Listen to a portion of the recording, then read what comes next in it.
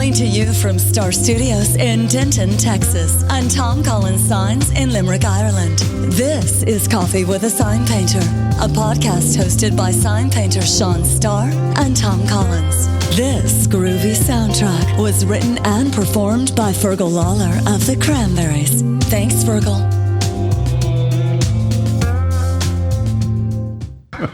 We watched an episode of the IT Crowd last night. Ah, yes. Good. Really good.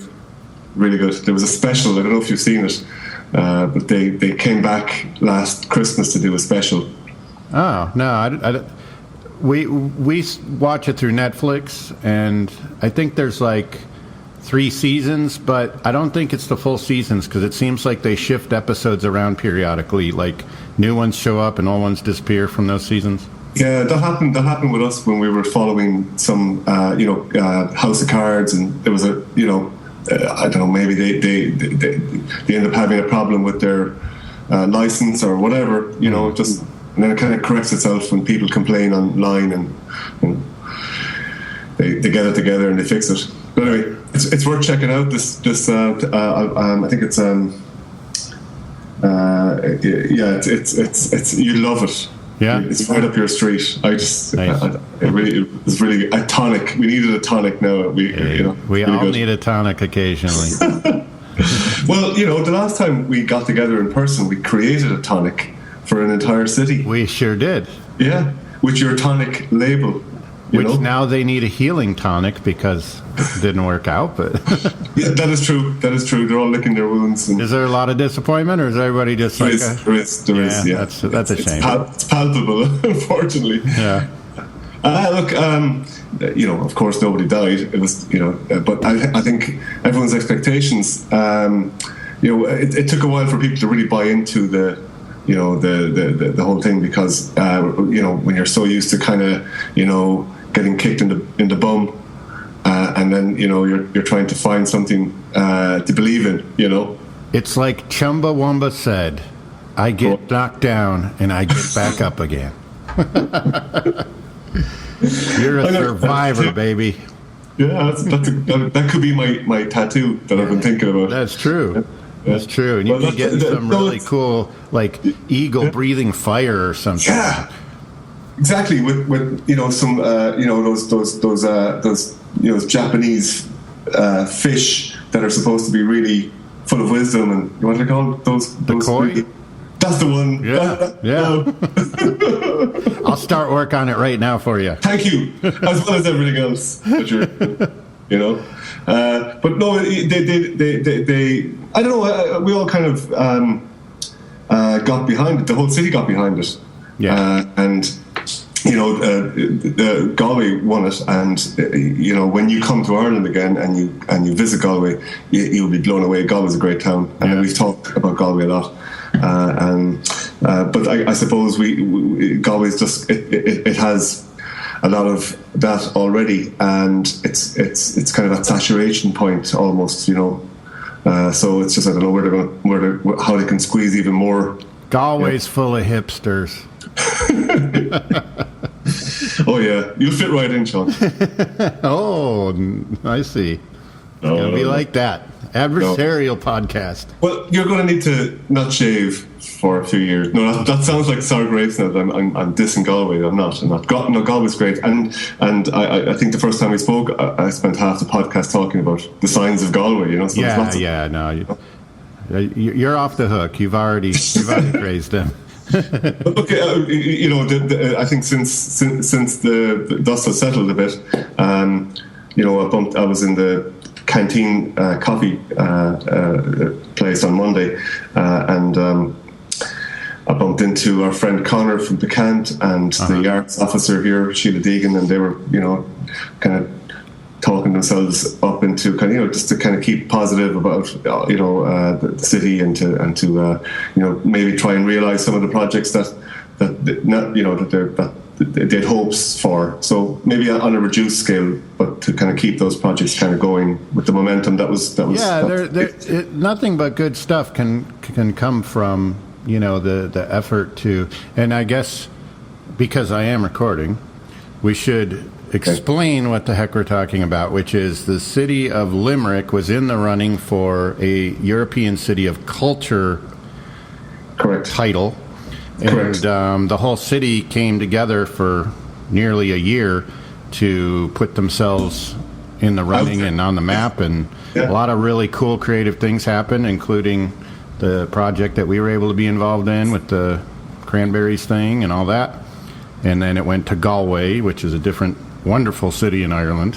At least it's a neighbour of ours, and it's on the same coast. We share the same coast with Galway. So you flew into Shannon that time. You came south to Limerick. You could fly into Shannon the next time and go north to Galway in the same, an extra half an hour of a journey, or 5 minutes, and you're in Galway. So hopefully we'll get some people coming into Limerick on the strength of going to Galway. That won't be a big stretch for people to kind of come and check out the place. Yeah, but sure. If the city there was other cities on the east coast going for that, if they won it, we may not have seen any of those extra overflow. Personally, I think Kaylee and I really connected and fell in love with Limerick because it's, it is kind of the underdog, and it's a working class community, and still a ton of art and creativity, but it's a little more down to earth than I think most places that have that much creativity can be a little snobbish. I'm not implying Galway because I haven't been there yet, but I'm just saying I think that Limerick has a special appeal in that it's so real, it's down to earth, it's humble, it's working class, and we found that to be like super endearing. Oh, that's nice to hear. Yeah, thank you. Yeah.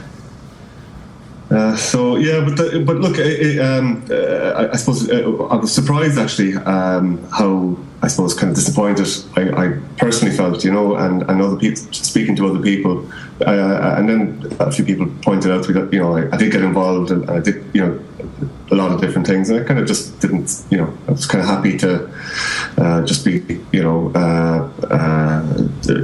lending a hand. I didn't see myself as really being hugely involved, but I suppose my expectations were after a while that maybe we could and probably should get it, and hey, it's not the biggest disappointment of my life. I think you've got a different level of investment too. I mean, your family's been there for how many generations? Actually, you're right. And running, pubs generation after generation and stuff. I mean, I think that's a different perspective than, like myself. Sure. I've moved all over my whole life, so I probably feel more invested in Denton than any place I've been. Right. I haven't even been here for, a very long time, let alone generations of people. And do you find yourself getting kind of defensive if people start to criticize it, or it's okay if you criticize it, but we get a little bit of that here too, because Dallas is Dallas. There's pockets of Dallas that are very snooty about Dallas, and there's been this pissing match with Fort Worth that goes back like almost 100 years. Where a lot of derogatory terms. So there's kind of been this thing back and forth between them. And then Denton is stuck in the middle because it's an older town. Well, relatively older, not old in your terms, where you live in a town that's been around for 700 years or whatever.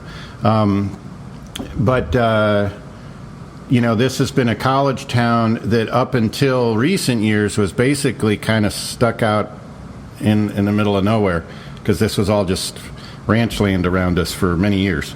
So I think there's kind of this second-class thing towards Denton to a certain extent that's starting to change, because people are starting to realize there's a lot of cool stuff that goes on here and it's come from here. Right. We've had a lot of really famous artists, Nora Jones. She's from your neck of the woods. And a lot of people have gone to college here and spent 4 to 6 years here, and so there's a long list of well-known musicians and writers and other people that called Denton home. So Cool. Yeah, but even the nickname for our town is Little D, because Dallas is the Big D.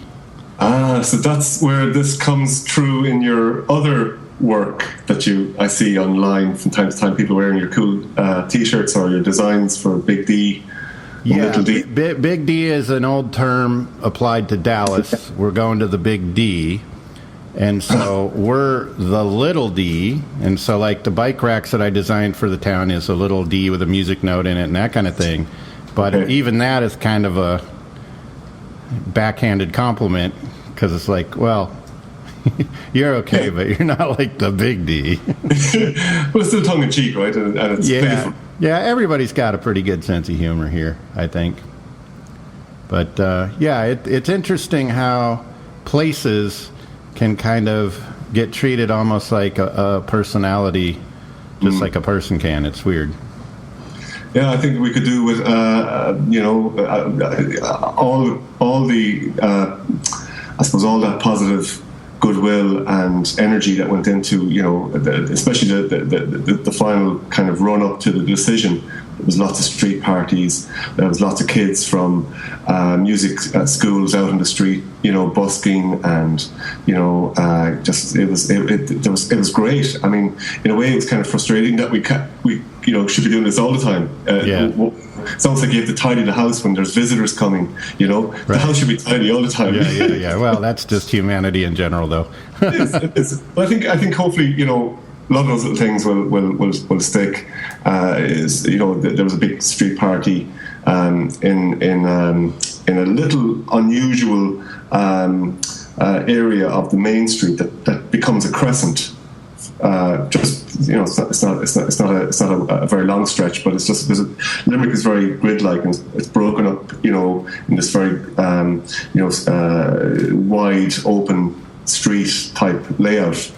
And I think they were looking at New York or something when they were planning the city, or vice versa. I think there was something there about they were both looking at each other, and so. But we suffer from this lack of intimacy then as a result of these wide open, big streets that kind of go up and grid-like. But there's a small section of the main street that has this lovely crescent, this kind of curvy little flow to it, and there's a statue of Daniel O'Connell who every street in Ireland is an O'Connell Street, and it's named after Daniel O'Connell, and who brought us home rule in the 1800s here,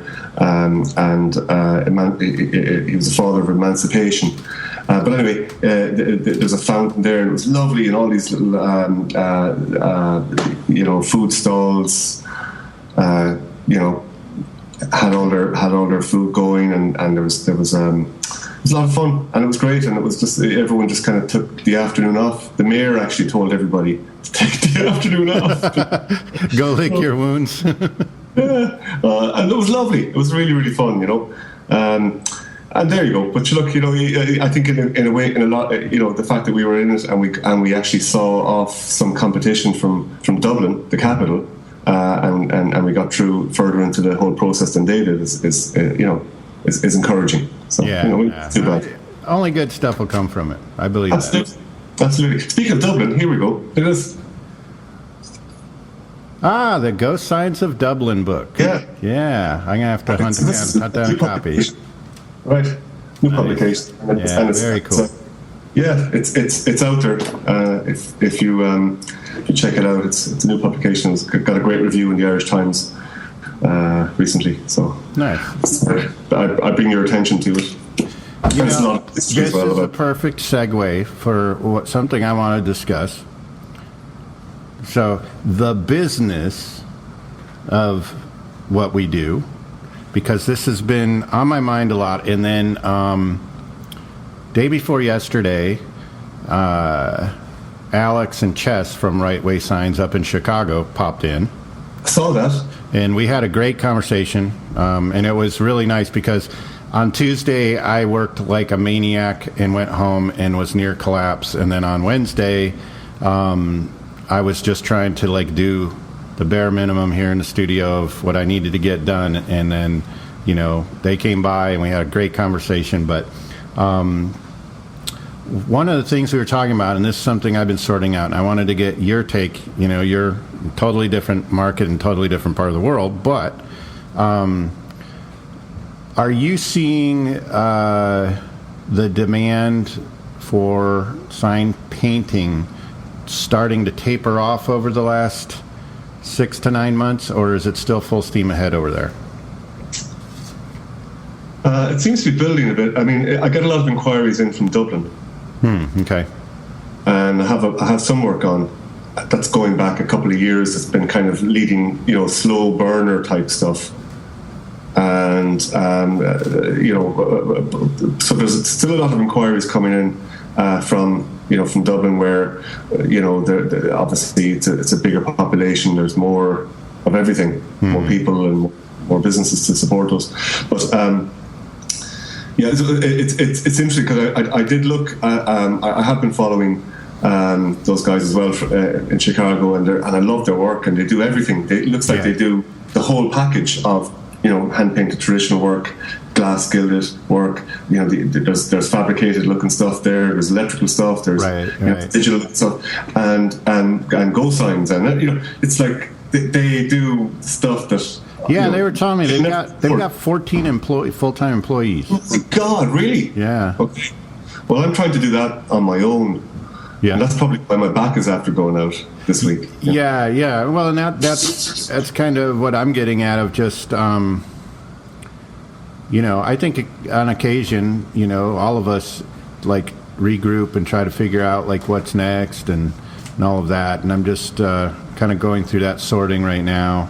Of looking at we've maintained staying busy over the last year, but it's mostly with existing clients versus a flood of new ones. Okay. And so I don't know what that means. You know what I mean? Well, there's more people coming into the profession as well, isn't there? Yeah. I know it's a huge country, and I can't really get my head around the scale of how huge it is. But I mean, you have to be careful encouraging people to take up signwriting. Yeah. No, that's true. Even in our town, which we don't do a ton of work here locally. Most of it's in Dallas and Fort Worth, but there's quite a few people that have popped up that are starting to get projects here and there. So so I was just curious if I have talked to a few others, including someone in LA that I stay in contact with. Looks like he's hit a slow slump as well, and all of that too could be tied in with other factors. We've got a really volatile political thing coming up presidentially, and we're having the whole country's having an exceptionally hot summer. Right. Like, I guess all the way up north to areas like Chicago and Cleveland, which are, way far north of us, they're supposed to break 100 this week. My God. Yeah, we're supposed to hit 101 today. Gee, well, I mean, it must be like a wall of heat. Yeah, it's pretty intense. You basically inside behind glass and everything. That must you must be melting. Yeah, Kaylee and I were finishing up a gold leaf job for that place, Mudsmith, yesterday, and in the afternoon it was miserable because even if the air conditioning's on, you still have this massive amount of heat pouring in through those windows. Yeah. So. Well, we're just not built for it here because we had a couple of fine days. This week, and everybody complains then that it's too hot, right? And then second, the clouds come back, everyone's complaining that it's it's cool, and the temperature really drops. It's like it doesn't go down a degree or two. It's like 10 or 15 degrees, right? So you don't know what it's really 4 seasons. But when we were in Spain recently, it was really, really hot, and it was fantastic. But again, I was trying to imagine, trying to get a day's work done in that kind of heat, and it was a good bit cooler than the temperatures you're describing at the moment. So I just really, I don't know how you guys do it, without aircon. And like anything else, I mean, you figure out ways to work around it.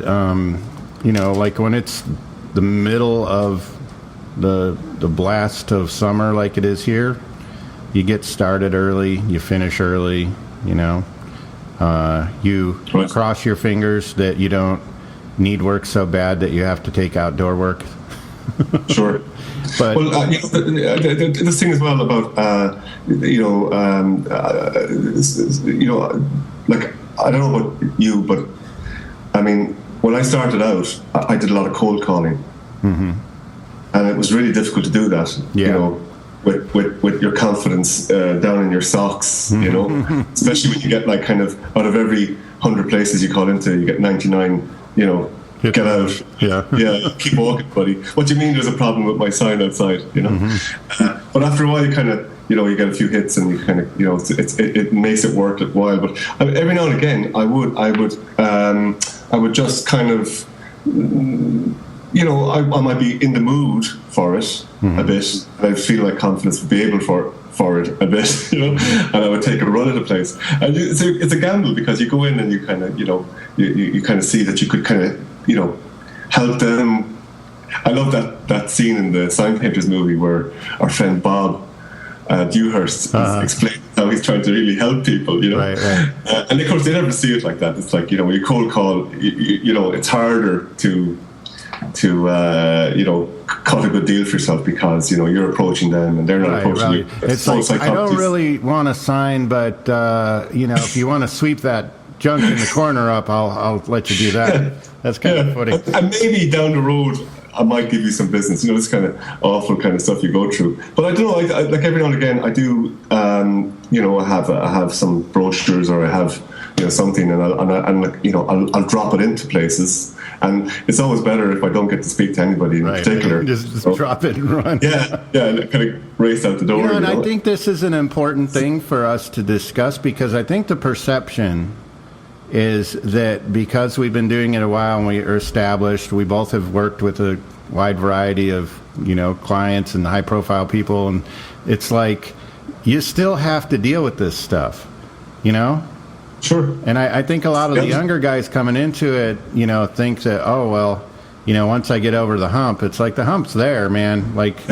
I've been doing this 27 years, I think now. It's like you're still faced with these issues of like, okay, trends change, businesses change, all of these different things. How do you, keep yourself, healthy financially without going the other direction where you just become like everyone else and it owns you, and it's a really balancing act. It sure is. And then you can end up in a situation where you have too much to do, and you're not enjoying it. Right. But I do think that for me, I'm always surprised when I get a call, when I get something out of the blue, or someone says, I found you on Instagram, or I saw your website. I got a couple of inquiries last week, strange ones, and I had to kind of say, look, how did you hear about me? And so we Googled, one place was a bank. In Dublin, and it was a restoration job, and it's great because I've done a few of those over the years, and I must be in some sort of like Google search engine that kind of comes up with just that right collection of things. Right. Okay. Never thrown any money at any of that to kind of boost it or anything.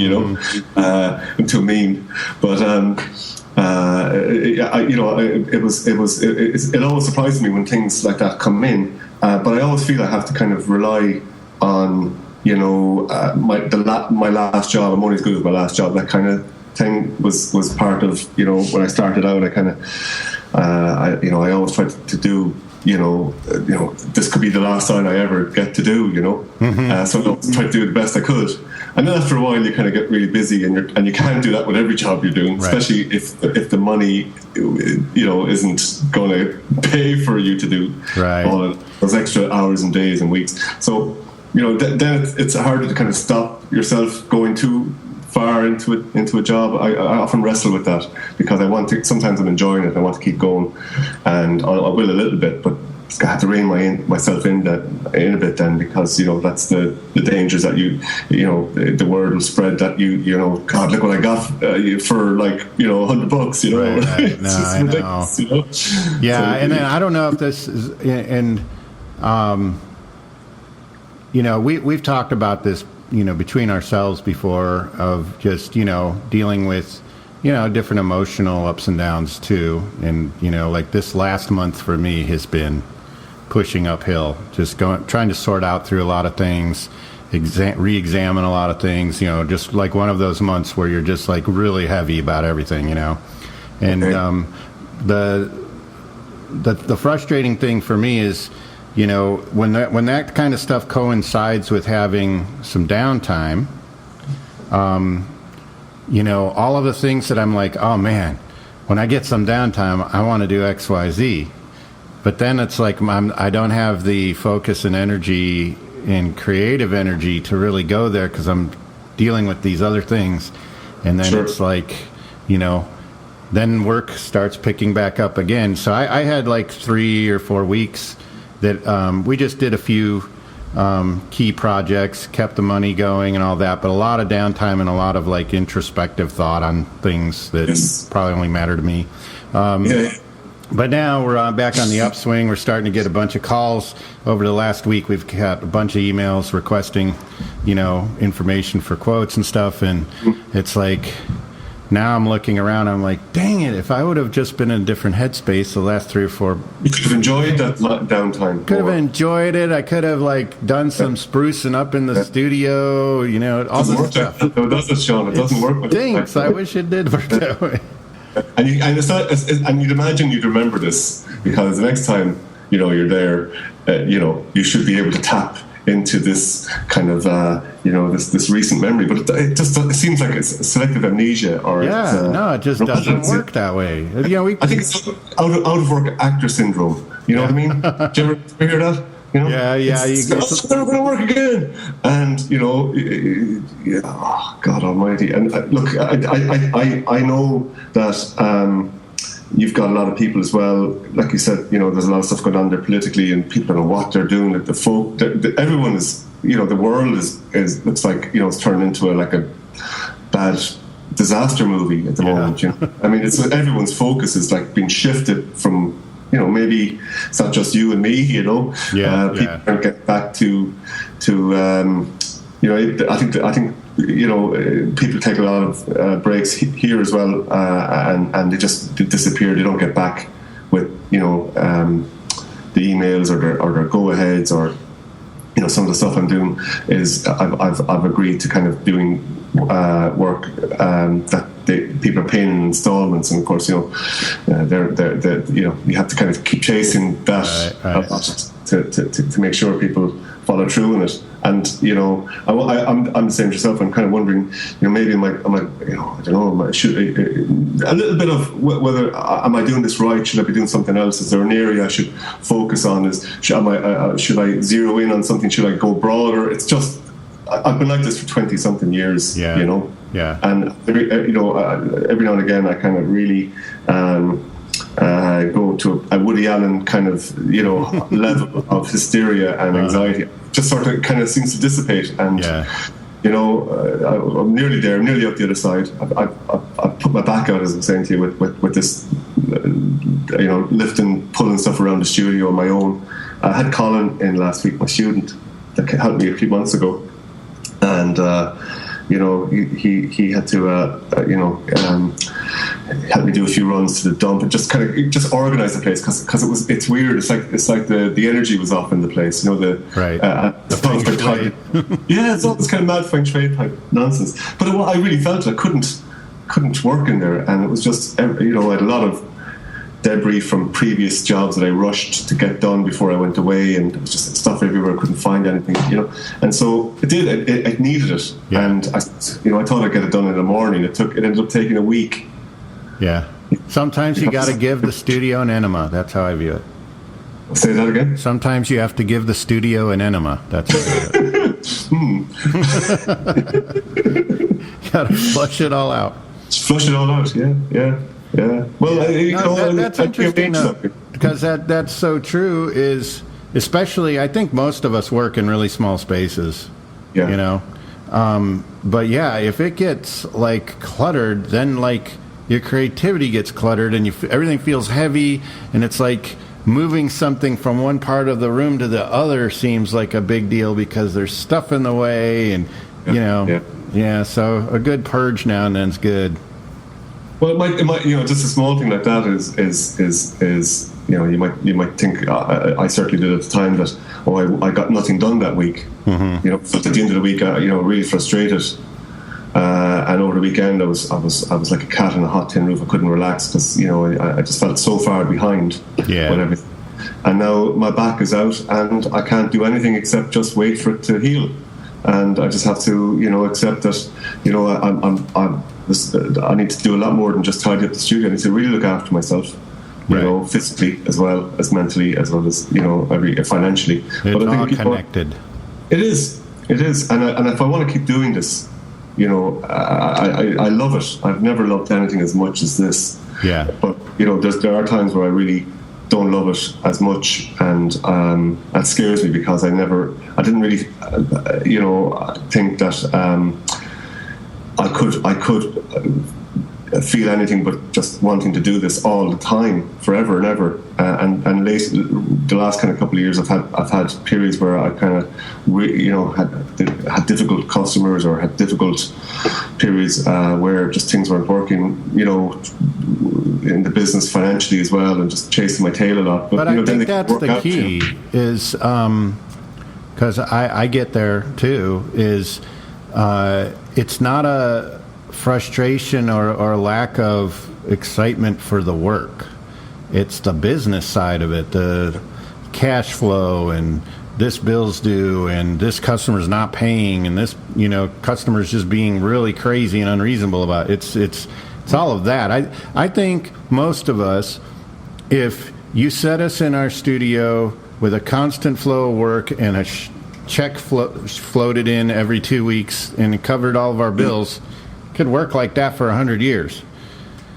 Could you ever be a backroom guy again, Sean? Like the guy that's kind of, producing the work while there's some guy out at the front, dealing with a lot of this. I've thought of that, but I don't think so, because it's like, then you've got the frustrations of the guy in the front is dictating so much about the work you're doing and when it needs to be done, and I dealt with that frustration for years. Of the one shop I worked at up in Seattle, you'd have an opportunity to do something really nice for a client, and it was like, that's real nice, but no, just do this block letters, and we got to get this done and move on to the next thing.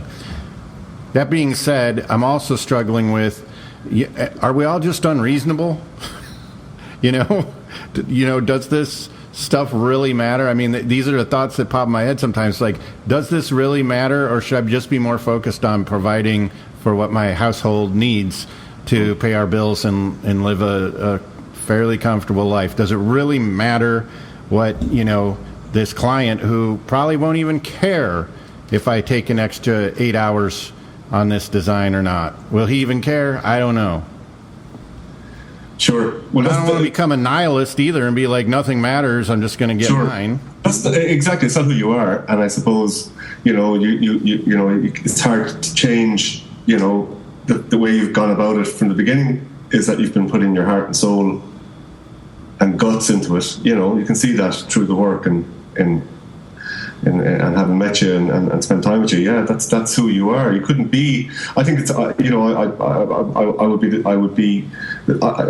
suppose I guess I'm a bit of a control freak. I didn't think I was, but I am. Whenever I moan to my friends, this is, I'll do this, I'll do that, I'll do the other, I have to work this weekend, or I have to work these nights or whatever, and it's you should get a student, you should get someone to come in and give you, you should, but they do really mean well by kind of saying, this will fix you, just extra help. But it's very difficult to just have someone come in and hand it over, and if they're not doing it the way you want it done, I know. It's and I'm sure you're the same way. let's say there's a sign panel that has to be handed off to the customer tomorrow, and you're looking at what they took upon themselves to do. If you feel in your gut like, no, that's not right, it's got to be fixed, you're going to stay late and fix it. I don't know how to not do that. Yeah, exactly. So it's twice the work, and you have to pay someone else for you to do twice the work anyway. Look, at least we got to go to the dump all week and take all the bins out, and tidy the place up. And, that's not fair. But no, I have a system. I don't have that electro pounce tool. So I'm doing it sort of with chalk and redrawing stuff, and for small jobs it doesn't take long at all, but for lots of patterns it takes a while. You know? But I've watched people with the electro pounce, is that what it's called? The thing. I've only seen it online. I've never seen it in the flesh, but it looks like it's kind of slow enough to go around a whole pattern and do outlines. It's as far as production goes, I mean, you can't beat it. It makes things that much more doable, especially when you start talking really big scale stuff like the piece that we did out there. Those patterns, we got those done in a day. Kaylee came in and we just knocked them out, and that's printing them, pouncing them, getting them all numbered, doing everything. So it is a really great tool in that sense. It's just I don't know, dude. Are they available over there at all? I've seen some of the English guys posting stuff with them. So whether they bring them in from abroad, or I've just never seen them. And we weren't, when I was training all those years ago in the trade school. It just never came up. We were given a way to transfer our patterns or templates, and that was it with the chalk. I had not seen that chalk method out here ever, and I thought that was fascinating. But I think if you're doing like small to medium stuff, like inside a pub or whatever, that's fantastic. Yeah, you fly through it, and there can be a lot of excess chalk, but if you give it a gentle wipe, it takes all the excess off, and you can still see your outline. You can still see your shape. And but again, there's an out of work. I wouldn't call him an out of work engineer. He's a retired engineer, friend of ours, and he's come in from time to time to give me a hand and stuff like that, which I would consider if he could just do the chalk for me, and but there's again, I get freaked out because he's doing it a way that I wouldn't do it, and then kind of trying to say, listen, could you do it this way? And he's getting upset because I'm telling him how to rub chalk on a piece of paper. Right. And he's right, but at the same time, I don't want too much chalk on it, please. We end up having a row, and he doesn't talk to me for about 2 weeks, and then we're friends again. Well, and that raises the other question that we've dealt with off and on. We've got Cole, who comes in and works with us for 4 years now. Right. Is when things are full steam ahead, it's great because you're like, okay, I've got somebody that can help me get this knocked out and everything else. But then when you reach a slump, then you're like, okay, now what do I do? Because he still has bills to pay too, and so it can become a real struggle to keep that balanced. And then you're in a city like, let's say, Chicago, like our friends. Is it a father and son? Yeah.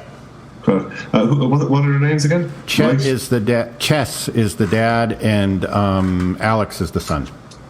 And what's the name of the company again? Right Way Signs. Right Way Signs. Yeah. 15 people. My God. They added to my massive T-shirt collection. Oh, nice. By giving me some. You know who Dan Antonelli is? No. He writes a lot of articles for Signcraft. He used to be a sign painter and then kind of just merged into being like a branding guy. Okay. He designed their website and logo and all that for him. He does really cool like retro stuff. like Okay, and cartoon that's his 50s. artwork? Yeah, really cool stuff. That cartoon and the T-shirt is his artwork? Yeah. He does a lot of these illustrations in their branding that are like real 50s style, very American looking kind of fun stuff. So sure, I've always liked his work. But again, their setup involves 14 people. Yeah, that's what he said. Okay, I mean Chicago is obviously it's an enormous. One guy, he said, whose entire job it is to deal with permits. No All way. he does is deal with the city permits. Yeah. Okay, well, we're not even at the races, Sean. Yeah. Nope. We're small potatoes. Yeah, I dodge the permit thing left and right. I've even got in our standard proposal that the permits are the responsibility of the client. Although our town here finally cornered us, they've got they're trying to up their game, so they're trying to get everyone in the system. So now we're going to be paying them a fee every year, and we have to do permits on behalf of our local clients to fulfill their needs. So, well, look, I suppose, you kind of have to, there's no getting away from it. It's just the legitimate business. You have to do things right. I saw Simon Robinson got chewed out on Instagram the other day for not having a rail on his scaffold. It's Reese, or not, what's his name? Roderick did. Yeah, and he was right. Yeah. Because I'm here doubled over in pain at the moment because I fell off a small step ladder a couple of years ago, landed badly, and it's a silly thing that shouldn't have happened. Yeah. It's so hard. It's like that you got to find a balance, because if you go too far the other way, you spend most of your day, putting out cones and putting on safety equipment and everything else, and they're not going to pay you more. No, you're right, they're not. But I've been on jobs where they've been closed down by health and safety. Yeah. Zealous, and I think it was last year I was on a job in Cork where the job was shut down for 2 weeks because this guy, stuck his head into the place. It was a bar. It was, again, you can imagine, all hands are on deck. The whole place, everyone is in there at the 11th hour, and this guy was on the top rung of a stepladder and stretching and overstretching to kind of, drill something over his head, and that was it. They shut the job down for 2 weeks. The place couldn't open, and then they had to have a health and safety guy independently there to make sure everybody was compliant and had their hard hats, and trying to work yourself in heat and in tight environments, wearing all this extra steel-toed boots. And we just went through that in a project here. We were on a construction site, and it's 100 degrees and super humid that week, so it's like you're just drenched in sweat.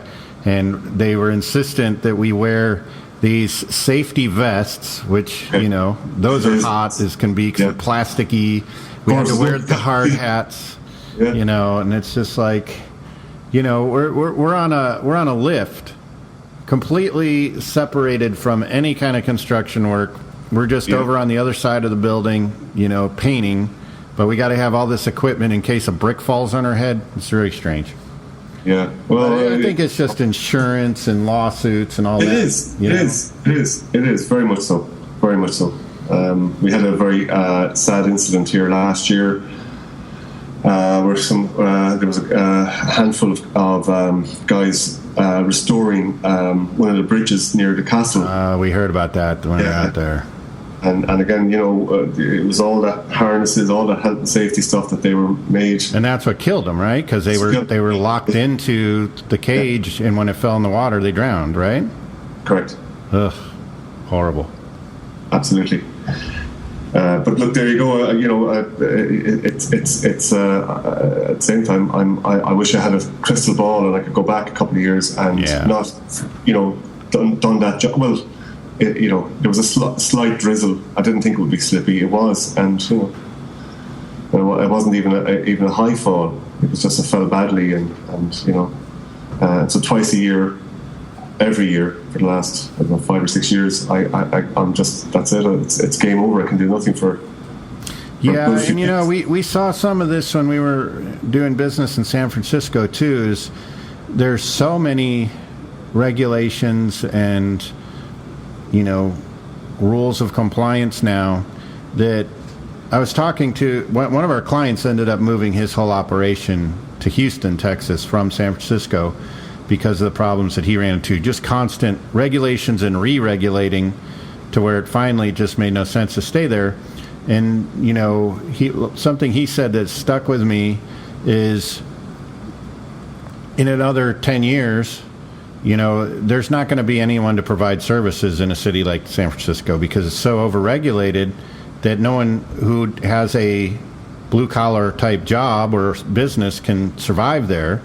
So all you've got are like these high-end computer programmer types, from Google and other places that are in the city, but like nobody can fix a toilet or anything like that. So it's like, what are you going to do with this infrastructure where financially you've run out everybody that can provide the services because there's no way they can afford to operate there. And so now what are you going to have? Well, you'll have robots coming in their Ubers. Thank heaven for the robots. Absolutely. But I mean, look, you mentioned the guys in Chicago. They have one guy that just deals with permits. Yeah. That's okay. He obviously earns his wages every month because he gets them through those bureaucratic red tape nightmares. Because it's a language you have to speak. He said for a new business to pull a sign permit, it takes 6 to 18 months to get the approved permit in hand. So pop-ups then? I don't know. It's like, what do you do with that? I mean, in Texas has always taken pride in, we're the independent state and we don't get gobbled up with all these regulations. And that was definitely true, like when I was in business with my dad years ago, especially in South Texas, which is Wild West. Like, permits, what's that? Like, nobody even talked in that terminology down there back then. But, now it's more and more crept in where all these cities are putting in codes that are so restrictive that in one case, like I think I mentioned it on the podcast before, there's a town just up the road from us that wouldn't let us paint on this building because the only classification they had that fit was that was graffiti. And so even our local town here said, no, you have to be a registered sign contractor. And I said, well, there's no such thing in the state of Texas unless you're doing electrical signs. And they're like, well, you have to be in our system. And so she gave me the paper, and I filled it out, and she says, well, you have to check a box. And then the boxes are like plumber, cement, blah, blah, blah. And the only category they had in a box was electrical sign contractor, which is a state thing. It's not a city thing. And I said, we're not that. So she but the computer wouldn't say yes unless you ticked the box, obviously. Right, because without a ticked box, like everything's going to fall apart. So she disappears for 10 minutes and comes back, and her superior, whoever that was, scratched out the word electrical and initialed it and said, just check the box that says sign contractor, which there's no such thing. And so it's like, this is what I'm dealing with. And it's just because they want their fee, and for us to be in the system so that if I paint something that didn't get a permit, that now they can say, okay, we want our money for the permit. It's insane. It is. Look, we were dealing with that last year as well, while you were here. Or maybe just after you left, some people came in from the city who wanted us to, there's a street that leads up to the castle, one of the streets that leads up to the castle that, could badly use some sign painting and some good colour schemes. And but there isn't an original feature in any of the shop fronts, on any of the buildings there. They've all just been stripped back to, from the 70s, 60s, and 70s. I think there might have been an extra tax on anything nice. So they took all the cool stuff off and threw it away. Correct. and but there was silly taxes for and if you did put anything extra into it, like any nice plaster detail, you were taxed more, and so of course people were encouraged to just but someone marched them in to where we were, and it was all like clipboards, and they were coming in to do business and tell us that they wanted us to do this whole street, and I was okay, this could be good. Sure. But it was like they were giving us a €200 budget per premises. And I was like, well, yeah. I said, I don't know if that's going to go very far, maybe to design it, maybe. Yeah, and but it was like, okay, but could you do it digitally? Could you do a digital version of what you're doing here? I said, well, look, hang on. I said, I didn't invite you in. You something attracted you in here, Right. And it's all the stuff that's not digital that actually got you in, Mm-hmm. And so now, you're asking me, will I go off and do a digital thing for you? And no one's going to stop and take a photograph of it. No, a bunch of row of stickers. No thanks. Yeah. So, and I started getting a bit I had no tolerance for a finish, and I think my sister was there at the time, and she tried to distract me and take over the negotiations, but never got back to them, But I was delighted, because I don't want to be dealing with people like that if I can help it, Yeah. Well, but look, they say sign painters were the divas of the wet trades. The wet trades being the I suppose the decorative arts. And, okay. Yeah, I don't know that term. Well, it's probably more familiar or more recognised in the UK. The wet trades, the trades are guys who come in and they're splashing wet stuff around. Okay, gotcha. Yeah, so on that post I put about that Kaylee and I want to come back out there next year. Right. Charlotte emailed me from Handover and said they'll give us a tour of the facility and all that, so that'd be cool. You should take them up on it, man. Oh, for sure, yeah. No, they're very, very, very nice people over there, and I'd love to see, I think there's even stuff that maybe you guys take for granted that to us would be exotic, Sure. That goes everywhere. And vice versa. Yeah, for sure. Yeah. Oh, you should definitely, you'll never be the same again. Yeah, no, it's definitely stuff that we're wanting to increasingly do is more travel and exposure to other things. I think that's the norm from what I've talked to people from European countries. Like, that's the norm, is to go explore other countries and stuff. Americans aren't as much that way. Although most of the people that I knew in San Francisco had been to multiple countries, but you get over into the rest of the United States and most people have never gone anywhere that I've talked to anyway. And what about these conventions and stuff? There's one in Amsterdam in August, the Letterheads meet. Yeah, I'd like to go do that, but it's just it's always the same scenario, and it's the challenge of having a small studio like you've got and I've got it's like, will you have the time at that time? Will you have the money to do it at that time? Yeah. Will you have some massive project that you desperately need to get paid on that needs to take precedence so you can pay your bills that time? It's so hard to break free.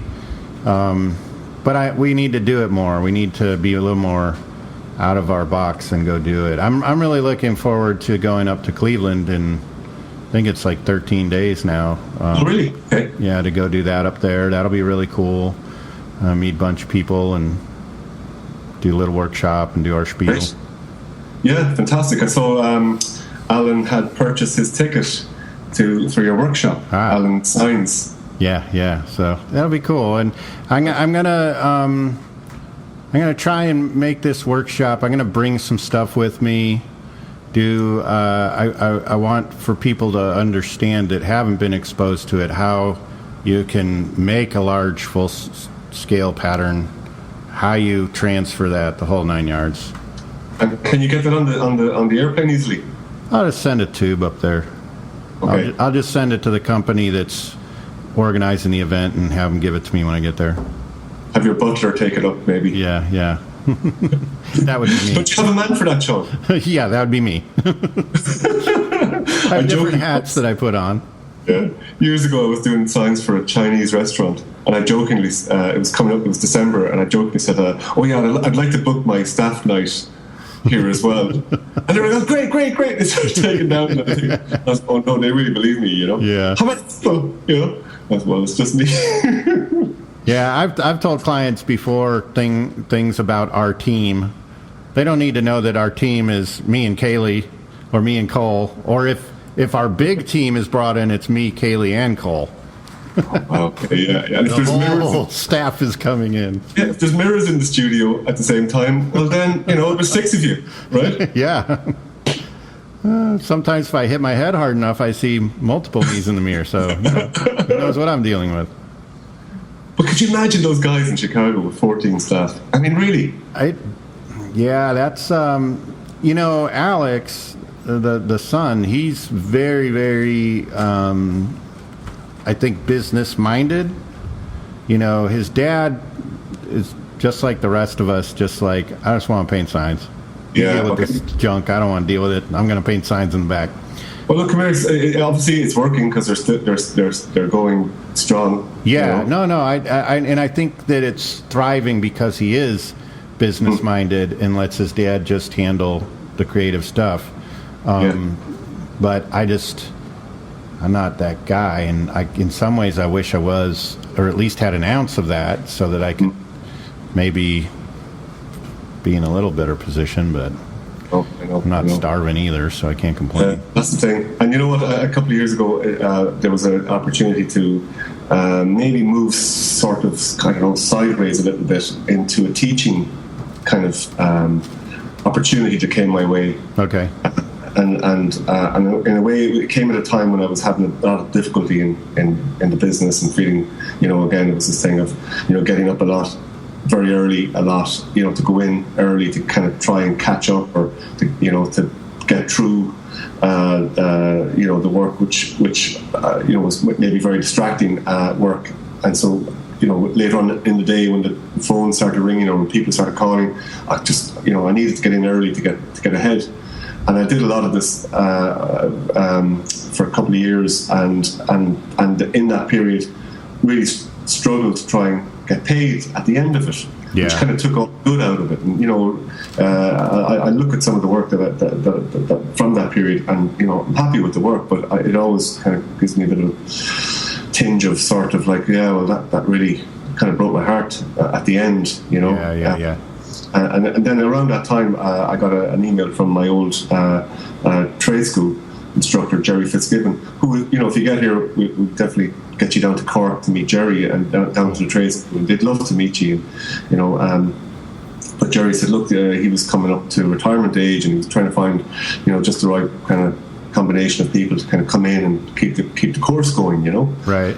And he said, look, I really wanted to, see if you'd be willing to do it.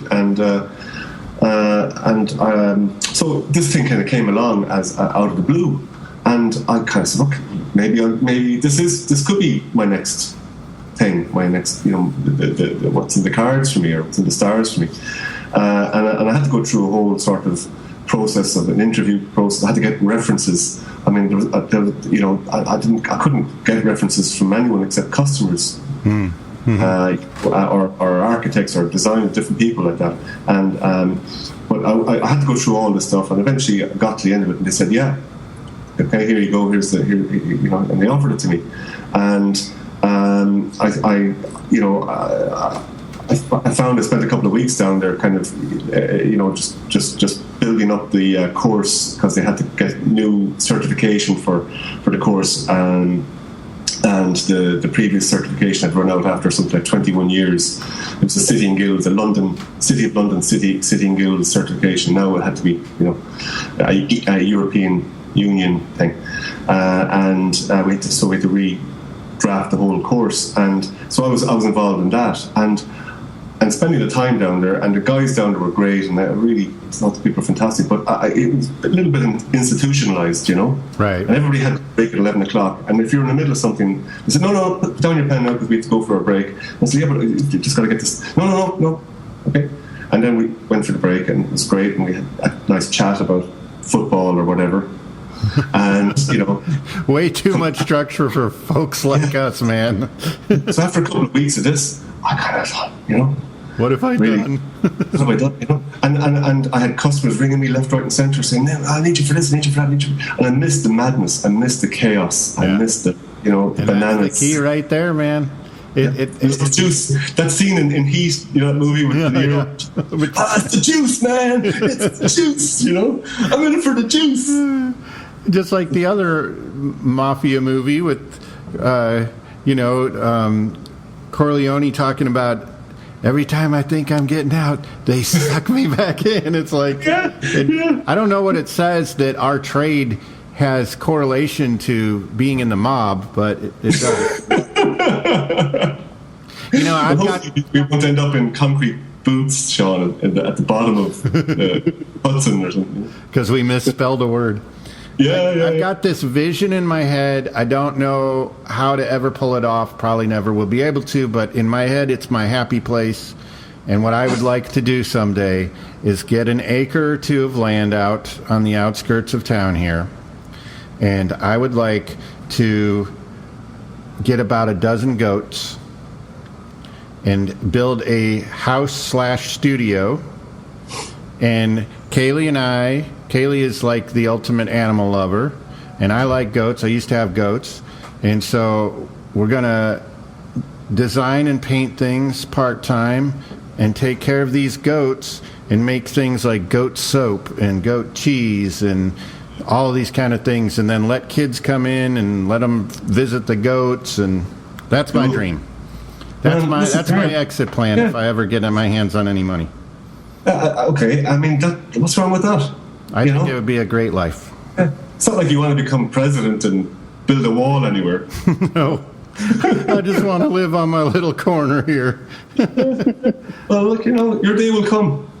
I'm hoping. And I think if it's a self-fulfilling prophecy. If you believe that and you keep whispering that to yourself, it'll keep you going. And I think it's not asking for too much.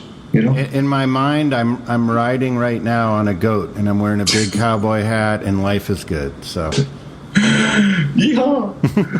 I could just see no, seriously, that is something that I'm occupying my mind with.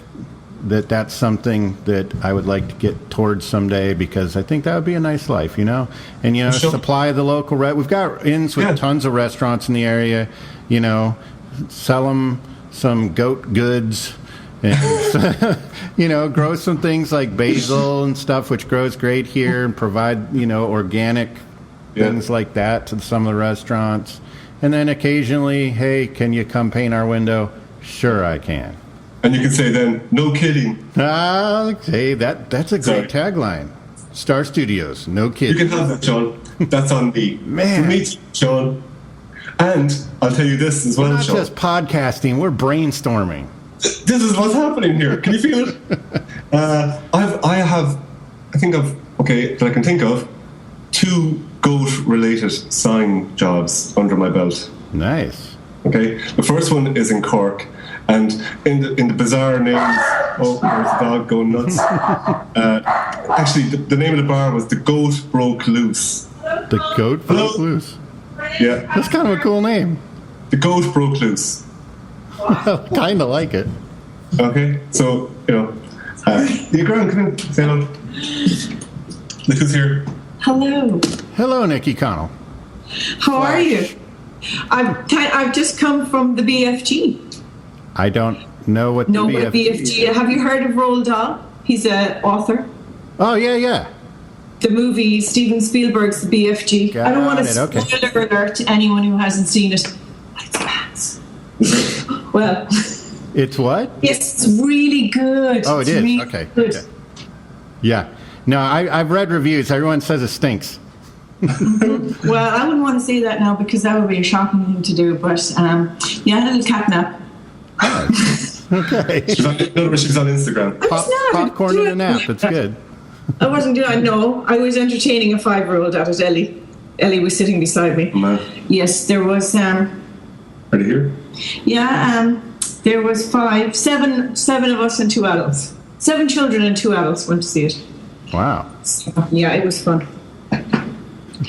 So how are you? I'm doing well. We had our therapy session where we discussed our shared, anxieties and frustrations in life about everything. So I think we're both feeling a little better now. And we did a podcast, so it's like a good combination. Okay.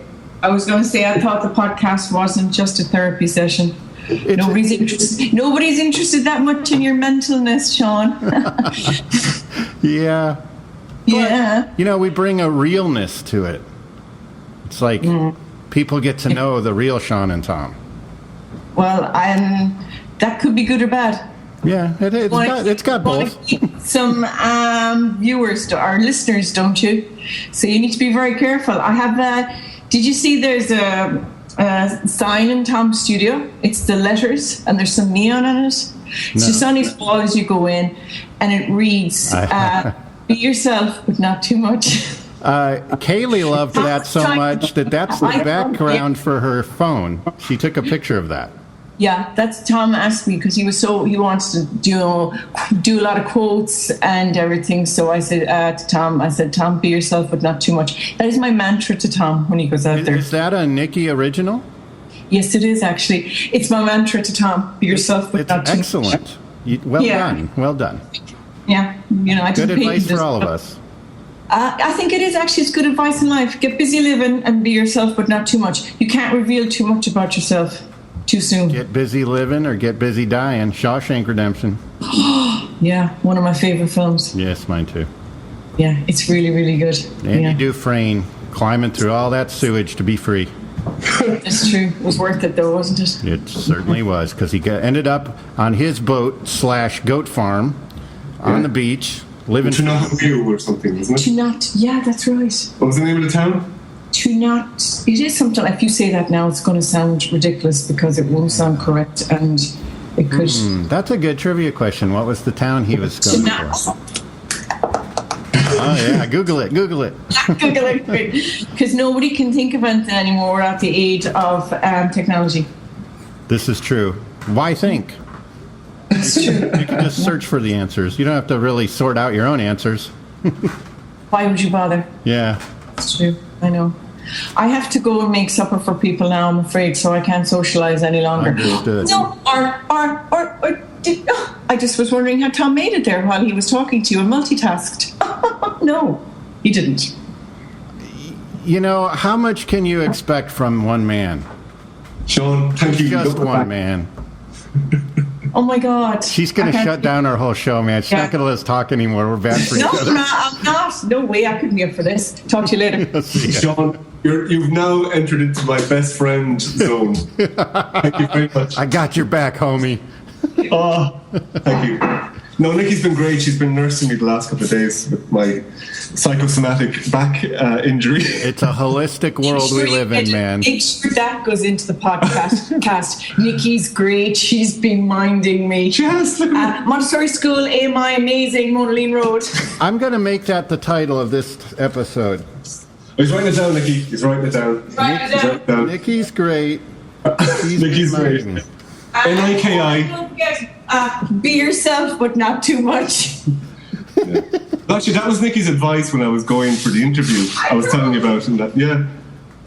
Anyway. Yeah, I told her, Kaylee, that's the background of her phone screen, is that quote on your studio wall, because she loved it so much. Oh, that's cool. Yeah, I'll let her have it.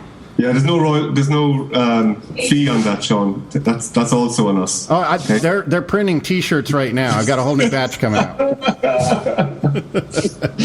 come here, are you working on an exhibition? Actual art exhibition? Or oh my God, did I miss that? Well, I did some stuff for a thing on the 30th in Dallas at Michael's place. With it's called the Museum of Street Art.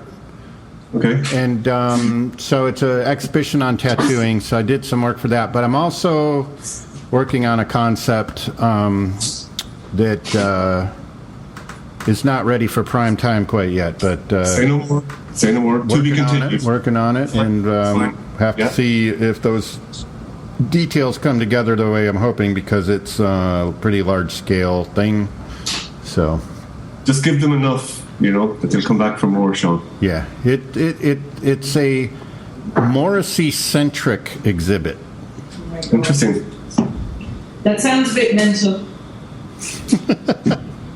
Is she backseat driving the podcast now? She is. Not even in the same room.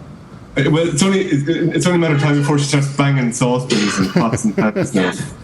Maybe that's the back injury, is her hitting you with pans, and you just don't feel safe sharing. Yeah, actually, you're right, because I wake up in the morning with pain. I'm fine when I go to sleep. Okay, well, before we wrap up, what have you been jamming to lately? Oh well, my favorite is suddenly Nikki's interested. Yeah, now all of a sudden it's a podcast. Yeah. Soundtrack to The Leftovers. It's The fantastic. Max Ritter. Have you seen The Leftovers? I don't know what that is. It's a HBO, but the soundtrack is beautiful. Okay. Max Ritter, I think, is like a really, really good score. And obviously Queen with a girl song. Huh. Interesting. Yeah. And what about yourself, Sean? What do you listen to? Let's see. Probably the most. I've been jumping around a lot for over the last month. From House of Pain, Jump Around. Yeah, jump around. Followed by Chumbawamba. No, I've been listening to a lot of old blues and merging that into some old country, which I always go back to. It's like comfort food kind of a thing. There was something that I was going to tell you about that I had been... I'm still listening to a lot of Elbow since you turned me on to them. Oh, yeah. Excellent, Elbow. Good them. Cool. Yeah. There's just something I was just listening to the other day, and I was like, I need to tell him about this, but I won't bore you with the what ifs. I don't remember. I'm sure I'll remember when we're done. 4 a.m., Sean, I want you to, if it's 4 a.m., please, just don't hesitate, just call. We'll do, because, it's an important issue. I'll be awake. Nikki beat me with the saucepans. I'll be just getting up to go do my T-Rex. Yeah. Nikki gets up at, is it 6 o'clock in the morning to do an exercise class? Oh, wow. Yeah, and it's right next to the studio. It's actually my old studio. Oh, yeah? Like about 5 years ago, I moved from right next door to where I am now. And occasionally I get customers who come up from Cork who haven't seen me for a while and go into the old studio, and there's like an exercise class in there with Niki and all these, lycra. People. What? Fit people without bad backs. Yeah. Doing all their exercises. People that actually move around in life, unlike us. Actually, on Monday, the guy Eric that runs it, he put these braces around my ankles with hooks and hung me upside down from a steel ladder. I've heard of that. Did that help? It did, and I didn't want to come down off it. I didn't think I'd enjoy it so much. It was really good. Really interesting. Yeah, because the spinal fluid was able to get in and around everything, and having no gravity pushing down on it. But anyway, it's all good. It's all good. I do hope you feel better. And it doesn't matter if the source of your pain is psychological or physiological. The fact is my friend is in pain, and I hope he feels better soon. Oh, Sean! See what I did there? Sean.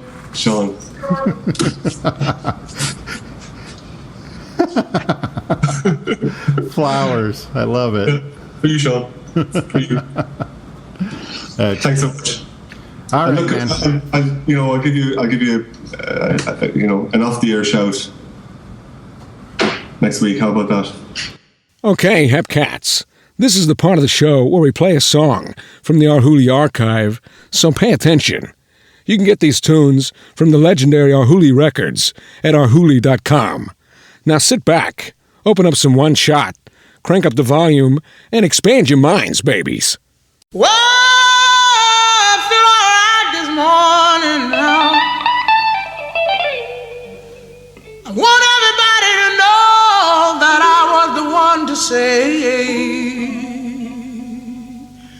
you ain't nothing but a hound dog, quit snooping round my door. You ain't nothing but a hound dog, quit snooping round my door. You can wag your tail, but I ain't gonna feed you no more. You told me you was high class, but I can see through that.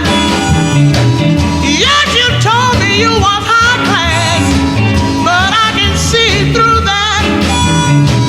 And Daddy, I know you ain't no real cool cat. You ain't nothing but an old hound dog, quit snooping round my door. You ain't nothing but an old hound dog, quit snooping round my door. You can wag your tail, baby, but I ain't gonna feed you no more. Oh, please. Oh, swim just a little bit. Oh, shake it, but don't break it. Everything's gonna be all right. Come on in, baby, let's have a good time tonight. Oh, get it, buddy. That's what I'm talking about. Yeah, make it good to the feet. Yes,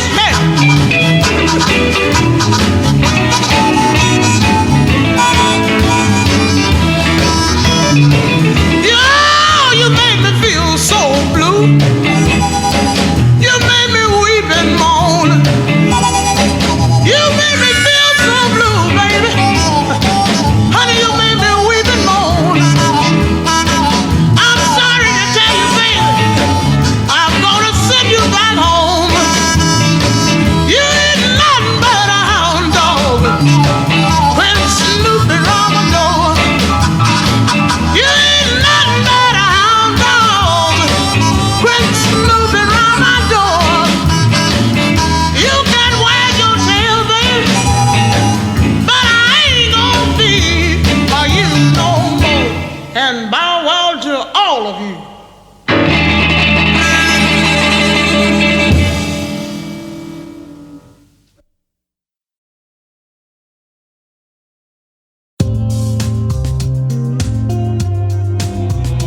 Thanks for listening, folks. Tune in next episode for more madness from Sean and Tom.